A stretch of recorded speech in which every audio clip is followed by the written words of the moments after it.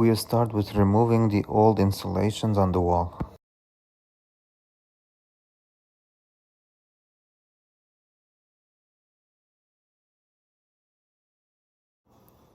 And then we start cutting the voutes for the wall. We need to measure the height and then start cutting and prepare them for nailing or screwing, whatever you're gonna use.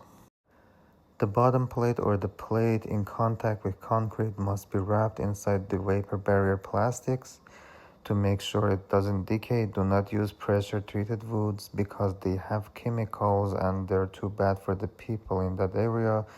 They must be used outside of the home, not interior. They has to be used for the exterior and they're not supposed to be used inside. So that's it.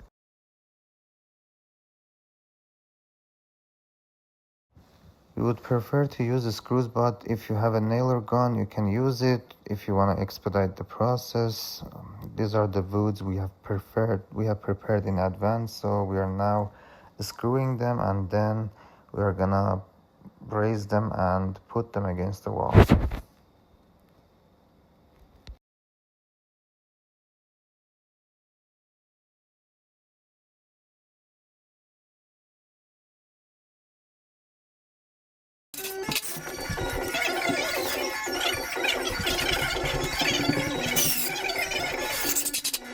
Make sure there is enough space between the blade and your fingers.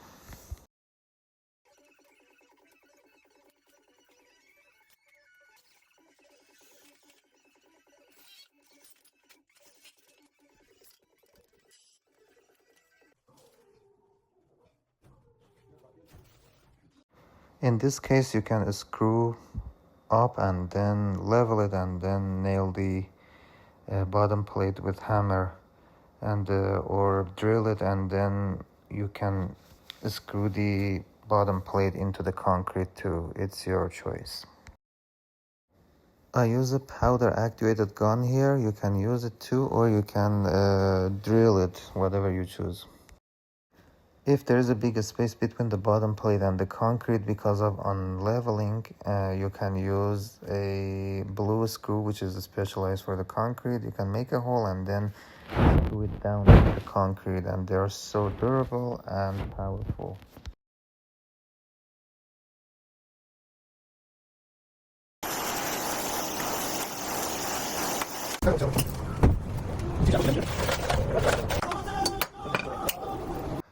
We are going 16 in center for framing, so the space from the center of a wood to the center of another wood should be 16. Each 16 you can measure in advance or one by one, and then go ahead and screw or nail it.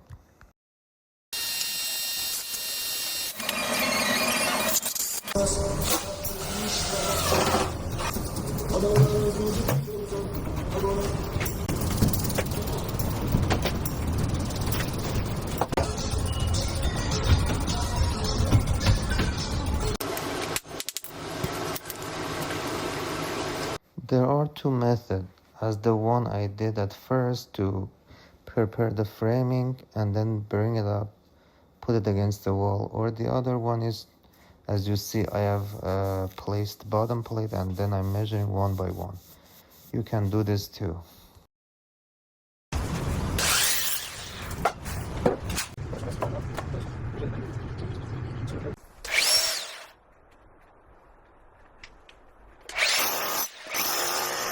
We need to find a drain under the ground to attach the new bathroom drains into it for the bathroom and the vanity and the toilet. In the process of expanding the window, it is a good time because there's a lot of dust that needs to be taken care of, so we did it at this time during the plumbing preparation.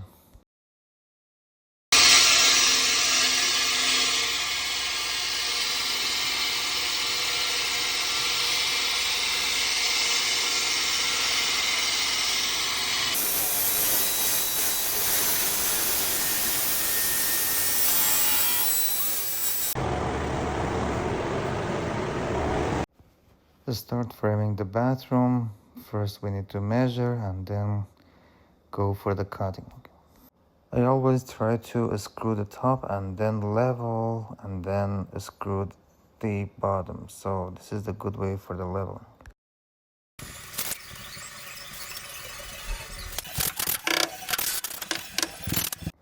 Here I am redirecting the air vent, so this is for the plumbing because it's front of the window and it comes out of my framing. I needed to redirect it. If you're doing the plumbing, make sure you're using the right glue. You can use the glue for the PVC, or even we have a special glues for the ABS. We need to choose the right one because if you use the wrong one, they're not gonna stick to each other properly and it's gonna leak. You can always run 1.5 inches pipes for the air vents, so you're good to go. There is no need for the bigger actually sizes. But for the toilet you need to run at least 3 inches, and for the bathroom you can also run 1.5, but it's better to run 2 inches because it's bigger and the water is not gonna clog after a while. So you're gonna make sure that the water is always going freely and it's okay.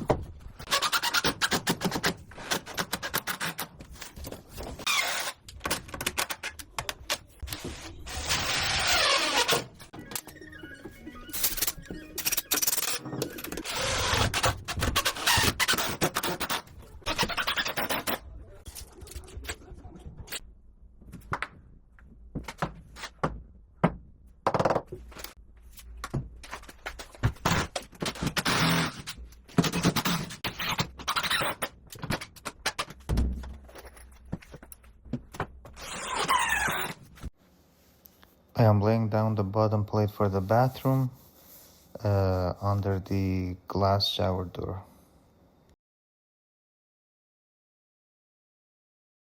Measure from both sides to make sure this is the same size, and because a little difference make the shower odd. Here is another prepared framing. Measure in advance and prepared it, and I'm going to put it in place, level it, and then screw and nail it.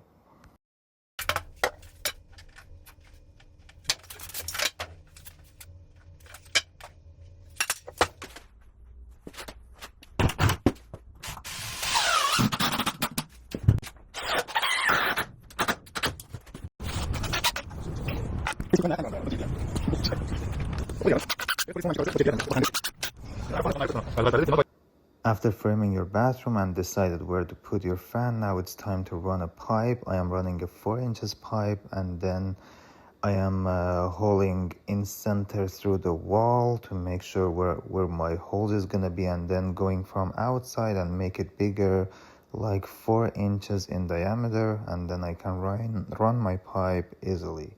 So this is where I am going to run my pipe. This is the center I'm holding.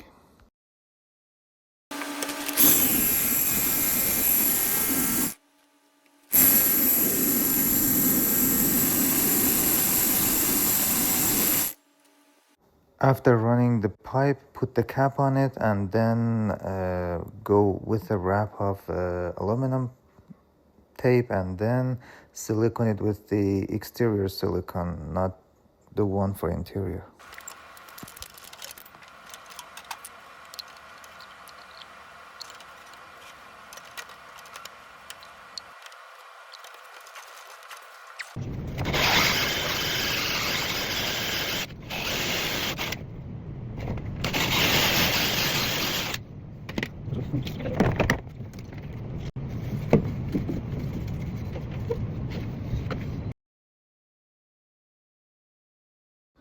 To plumb a bathroom, in case we need to have a branch of cold and hot water, so you need to find where are yours and then take them toward your bathroom vanity or stuff like that. I am using a clipper here. There are several types of clippers, some of them for rings and some of them for clips. I am using the clips and then the clipper to tighten the clips. So there are several type of them. You can find one which whatever you want you can buy, or whatever is more convenient for you. So that's the way you go. For every branch and every supply that you connect, you need to use a clip and then tighten it with a clipper. This one is for the clipper, not is for the ring, because there are rings too, and you can find the actually the one which is suitable for tightening the rings. Try not to hold through the joists as much as you can. It's okay for the water supplies, but for the drain, because they are big in sizes, it's not safe to do so. So be careful and hold through the studs, and avoid holding through the joist as long as you can. So that's it.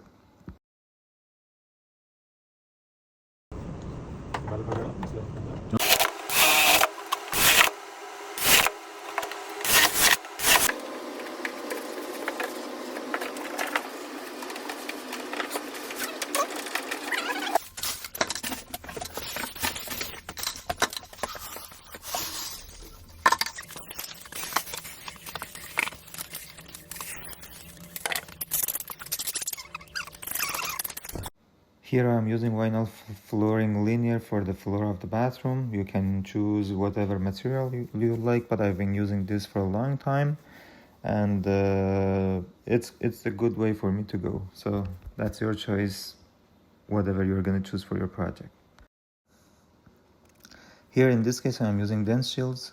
You could use cement boards too, but these are more dense and more durable. I would rather to use them and then use a coat of liquid, waterproof liquid on them, as you see here. And yes, these are choices, and these are my choice. You can choose whatever you like.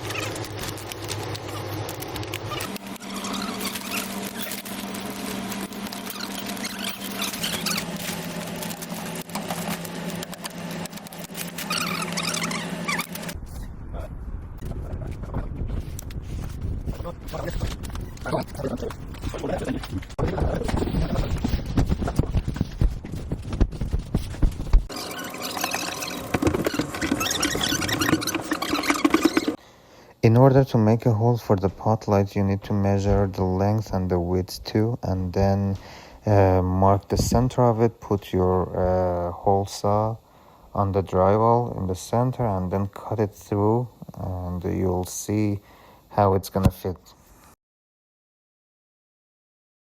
I am placing the center of the hole saw into the place that I've measured and then cut through it, and it's gonna be the center of my pot light.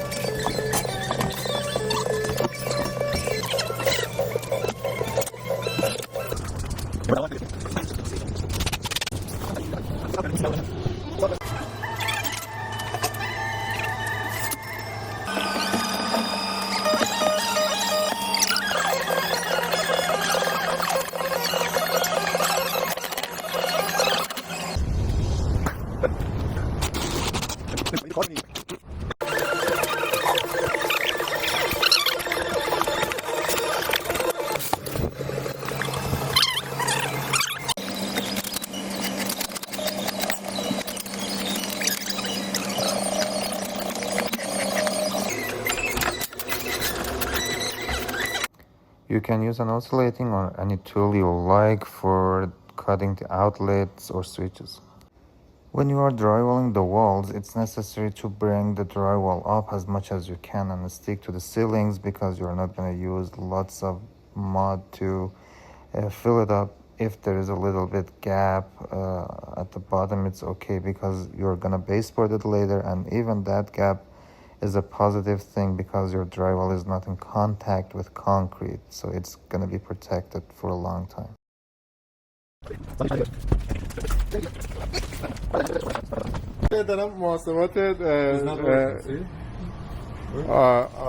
working on drywall calculation. I don't have a calculation. This is a hard worker man. So after drywalling, it's time for taping the joints or wherever two drywall meets. You can either dilute the mud you have or mix it well. First you need to apply a thin coat of mud and then put your tape on it and extract with pressure all the mud underneath with applying your spatula on it, and drag the putty knife or the spatula to make sure you have take out all the mud underneath and make sure it is stick to the joints firmly, and then you need to stay for it to dry and apply the second coat, and then stay again to get dried, and then take a look. If there is any spot left, you can take care of it and then go for sanding, and then it's prepared for painting.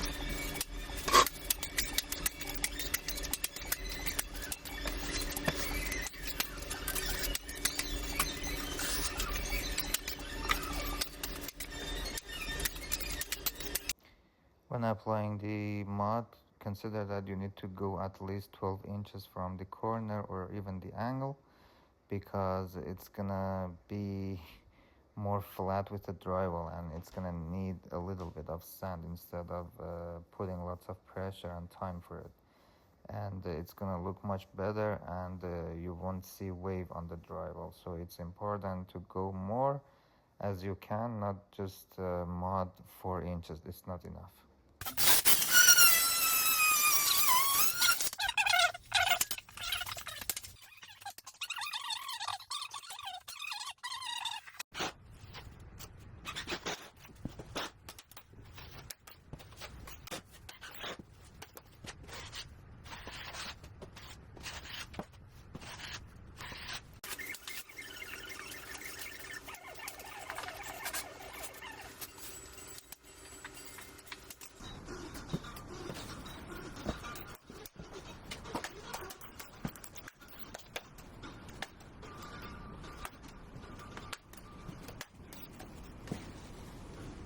Now it's time for painting.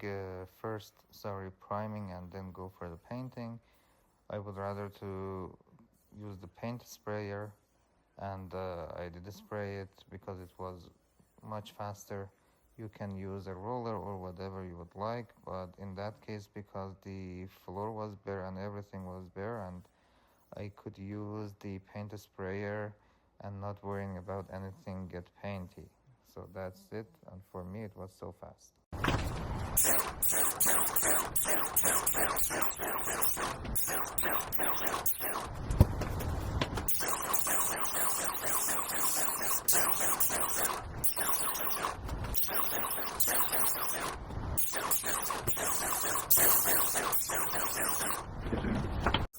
Remember, this part is after sanding. You need to make sure that you have done the sanding wall and clean out the drywalls, because whatever you leave on the drywall, it's gonna remain on the drywall, and under the paint sprayer, whatever you paint, it's gonna remain under it if you don't clean it out.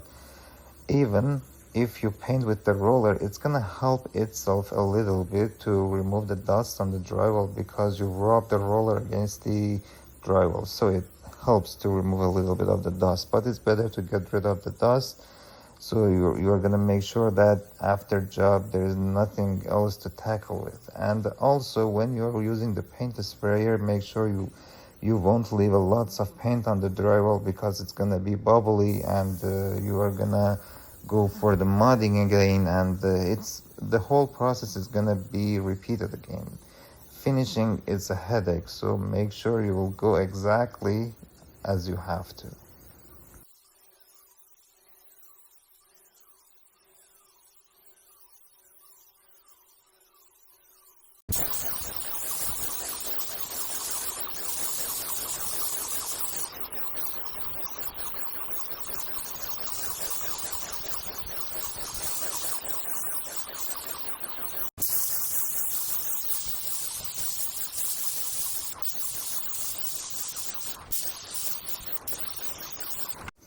After priming and having it dried, you need to go for the painting.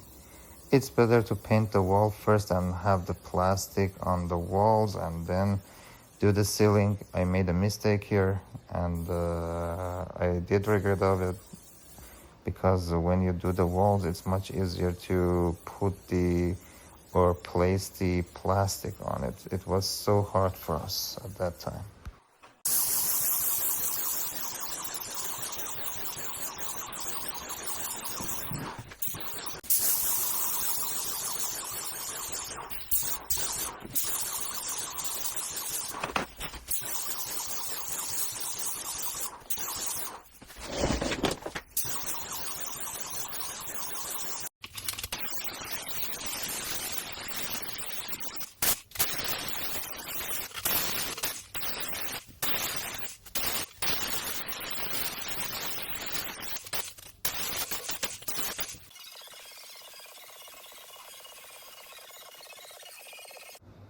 So installation for the vinyl is so easy. You need to bring up the front of it a little bit and then hammer it with a stick. It goes click, and then hammer the joints too and make sure there is no gap between them.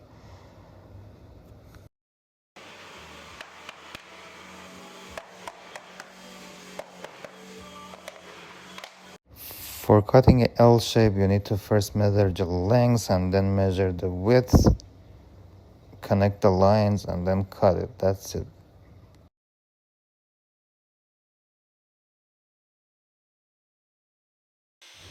For cutting also, you can use a router, you can use an oscillating, or even a table saw like me, whatever you are more okay and convenient with.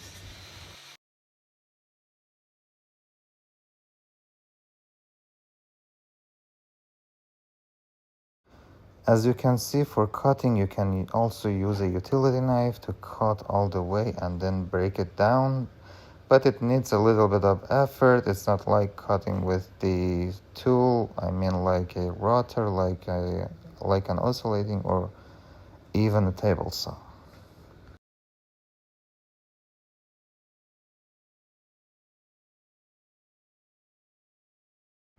For the corners, which is the space is too tight, you can use this type of stick.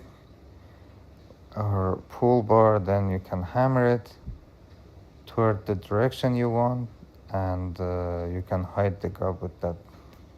As you'll see, I have recorded video from other job sites for baseboard, trim, and door installations because I didn't have a chance to record the video at the same job site, but the process all the same and there's no need to worry about it. So that's it, and check it out if you need to. Now it's time to prepare the panel around the door. Just make sure that you choose the right panel, because they're pre-holed and they're pre-cut. You have to choose where your door is going to be open and closed. Mine, it's going to come out from outside to this part, so this one is not the right one, it should be on the left. We have a 32 inches door. The 32 comes with a 33 and then a half panel on the top. So we have pre-cut panels. I need to find that panel. I found it. This one doesn't matter. That's just the size should be right. You see here, it says 33 and a half panel because it's gonna come on the top of this panel, and half of it is gonna go there and half of it is gonna go on the right or left one. So it's gonna be on the top, and we lose at least 1.5 inches. So it's gonna be 32 exactly, and a little bit an extra for closing and opening the door easily, and a little bit gap for the door. So that's it. This one is the panel we want. We need to have the exact measurement for the door, for the size we have, and actually cut these frames in the bottom. Make sure you don't cut them on the top, because if you do that and you have pre-cut hinge spots, you're gonna ruin that. So if you cut it in the bottom and cut the door in the bottom too, they're gonna be aligned together if you cut them at the right size. So don't forget that. Just cut at the bottom for any cut you made on the doors. That's it.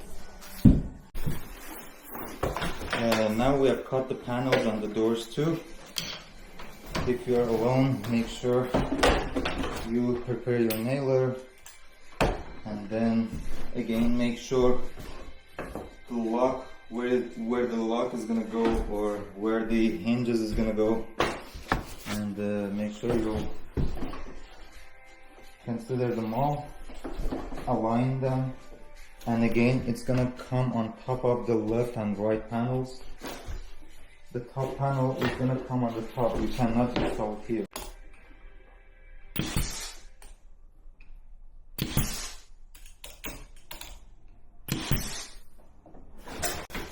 Have to have the space to put this on. I'll put it on the counter.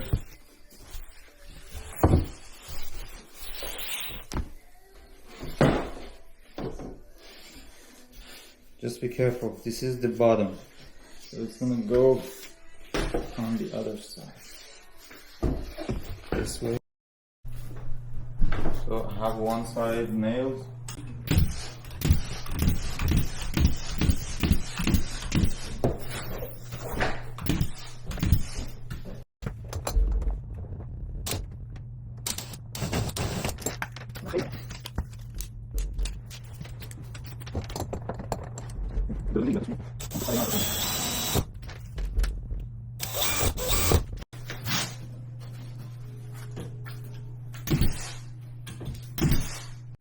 Level it again.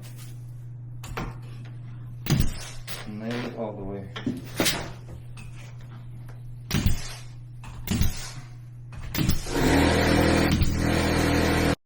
Make sure that nail everywhere properly.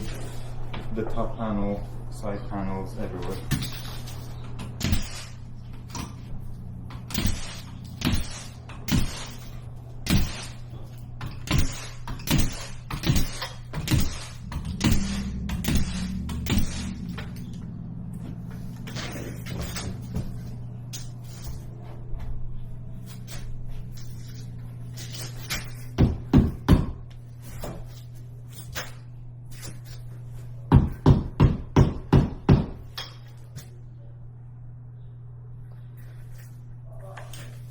check it again.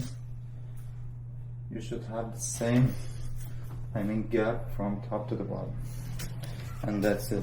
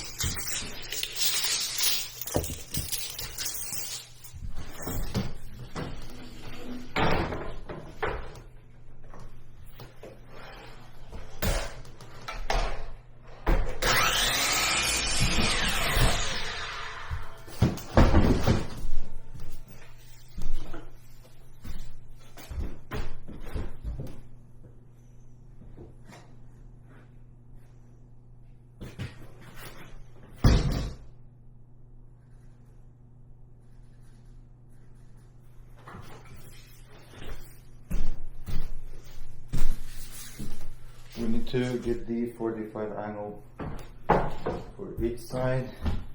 This is where I have marked, and this side is where it has to go.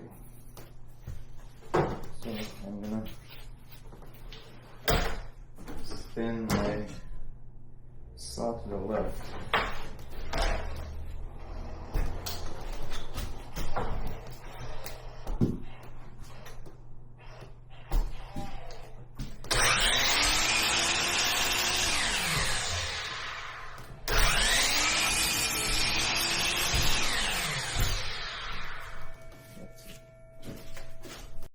For measurement, we need to have at least one side 45 and then put it there and then measure for the other side. So the side I need is the left side.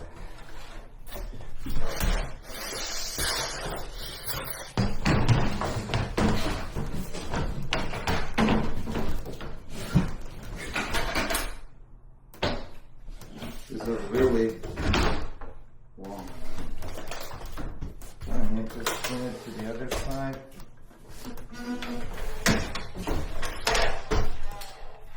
Now they put it.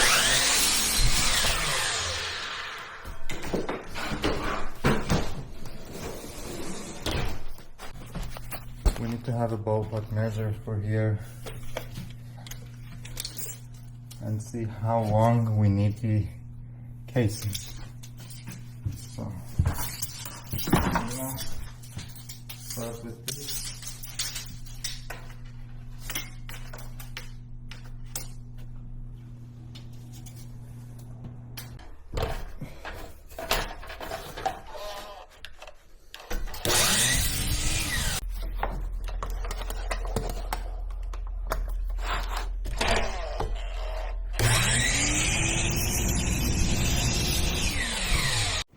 Now it's time for installing the baseboards.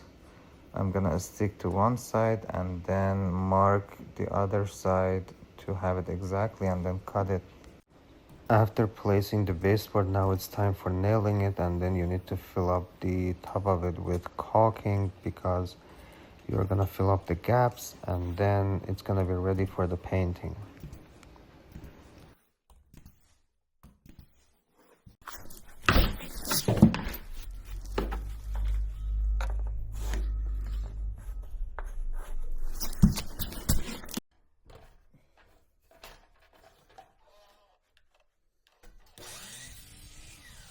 Shoe molds will come on top of the baseboards, and you can see how I measure. I stick to one side and then measure from the other side, and I will cut the side that has been measured. Shoe molds also have to be nailed, and then we have to do the caulking on top of them and prepare them for the painting. And then we'll go and paint them with the trims paint, not the regular paint for the drywall. Nail the glue joints first to make sure they're in the right position, and then go for the other parts. You need to stick to the floor as much as you can because shoe molds are flexible.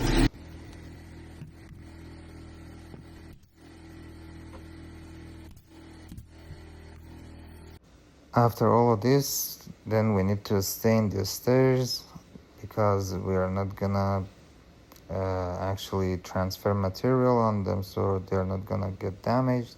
And then we do a layer of polyurethane on top of them to protect the stairs from scratching or any stuff like that. The polyurethane is a protective layer that makes the stairs even shinier.